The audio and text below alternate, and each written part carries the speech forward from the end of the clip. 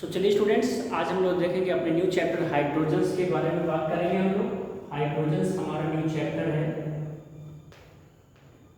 Hydrogens हमारी next unit है hydrogens.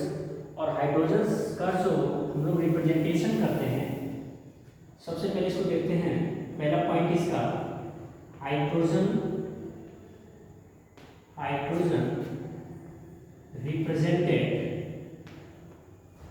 represented as H। इसको हम लोग H के फॉर्म में डिनोट करते हैं।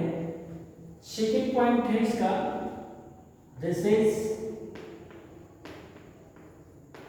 डायटोमिक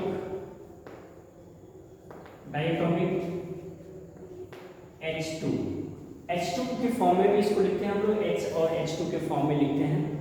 थर्ड पॉइंट है इसका hydrogens found in gaseous state. It will not found in liquid state, it will not found in solid state. You may found in only hydrogens gaseous state. Fourth point इसका बात करेंगे, hydrogen located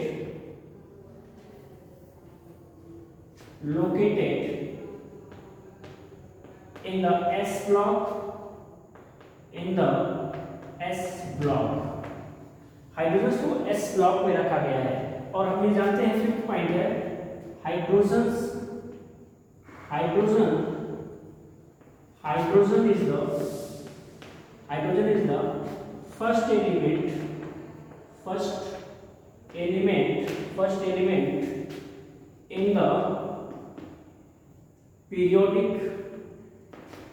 the periodic table. Hydrogen सबसे पहला element होता है periodic table का। ये tendencies में हाइड्रोजन के बारे में आपको डिस्क्राइब कर रहा हूँ, तो इनको अच्छे से पॉइंट नोट कर लीजिएगा। और इसको एक और बोलते हैं and also the lightest element known. इसको लाइटेस्ट एलिमेंट भी बोलते हैं, बहुत ही हल्का होता है बिकॉज इसका जो एटॉमिक नंबर एटॉमिक मास होता है, both are sames, one atomic number and one atomic mass. तो हम इसके बारे में लिखते हैं 6 point hydrogens atomic number and atomic mass is also same। इसका एटॉमिक नंबर और एटॉमिक मास दोनों सेम होता है। हाइड्रोजन की बात मैं कर रहा हूं, इसका स्क्रीनशॉट ले लीजिए।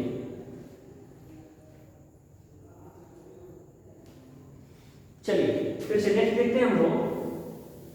ये तो था हमारा हाइड्रोजन का थोड़ा सा डिस्क्रिप्शन, बट हाइड्रोजन्स को हम लोग बताए हैं आपको कि hydrogens also only found in gaseous state. Hydrogens atomic mass atomic number will be same. Next point है this atoms is located in the S blocks and this is the lightest first element of the periodic tables in the Mendeleev periodic table. अब हम बात करते हैं इसके hydrogens पे कि इसका हम लोग आइसोटोप्स देखेंगे। आइसोटोप्स आप जानते हो, those elements are having the same atomic number but mass will be different। अगर इनका एटॉमिक नंबर सेम होगा और मास इनका डिफरेंट होगा तो हम ऐसे एलिमेंट्स को क्या बोलते हैं, आइसोटोप्स बोलते हैं। जैसे अगर हम हाइड्रोजन्स की बात कर रहे हैं तो हाइड्रोजन्स की अगर बात करें, hydrogen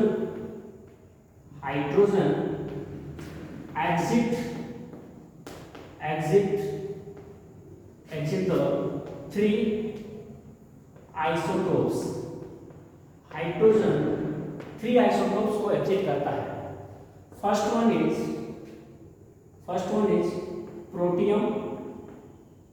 protium, it's indication is 1H1।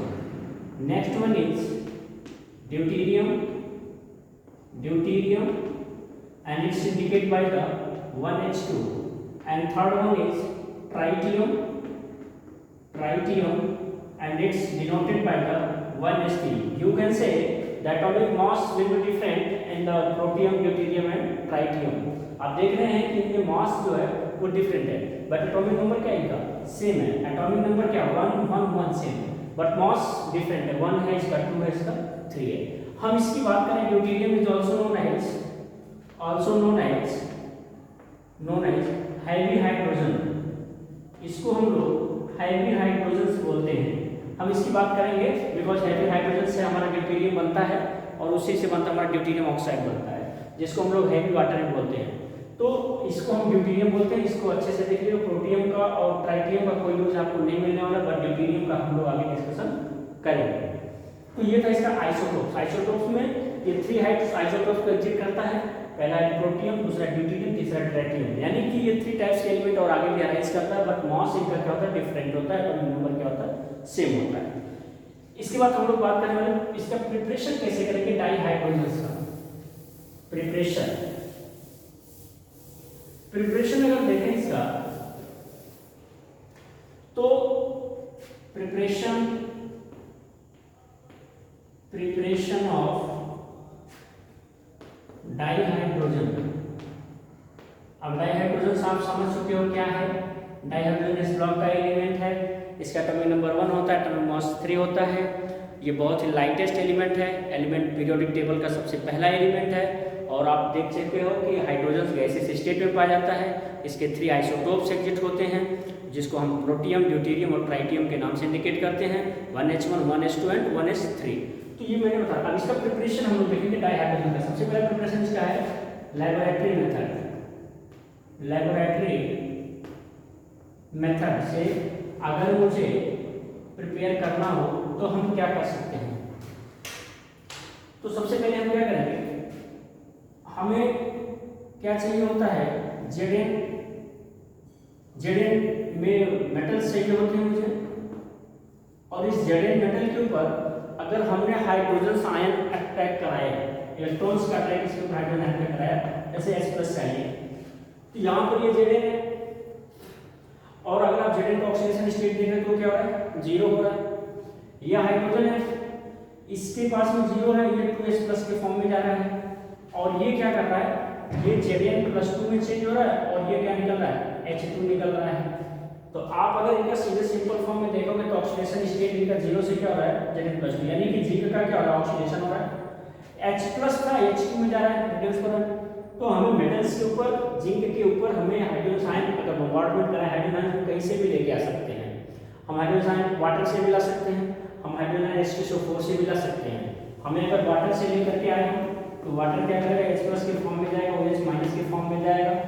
HCl से लेकर के आएंगे, HCl के H+ के फॉर्म में जाएगा, Cl- के फॉर्म में जाएगा. यही H+ ये होगा या यही H+ ये हो सकता है. तो कहीं से कुछ H+ लेके आना मेटल्स जिंक के ऊपर अगर हमने लेबोरेटरी में करानी तो हमें हाइड्रोजन गैस फाइंड आउट हो जाएगी. हाइड्रोजन गैस फाइंड आउट हो जाएगी.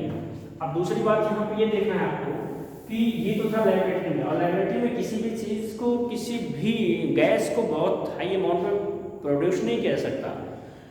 वो बस सिर्फ एक प्रैक्टिकल पार्ट्स होते हैं लेबोरेटरी. हायर अमाउंट में प्रोड्यूस करने के लिए, हायर अमाउंट में फाइंड आउट करने के लिए हमें कमर्शियल लेवल यूज करना पड़ता है. कमर्शियल लेवल पर जब बनाते हैं इसको तो देखिए कैसे बनाते हैं. ये तो लेबोरेटरी था. उसके बाद में इसका क्या है, दूसरा मेथड क्या है इसका, बाय इलेक्ट्रोलाइसिस of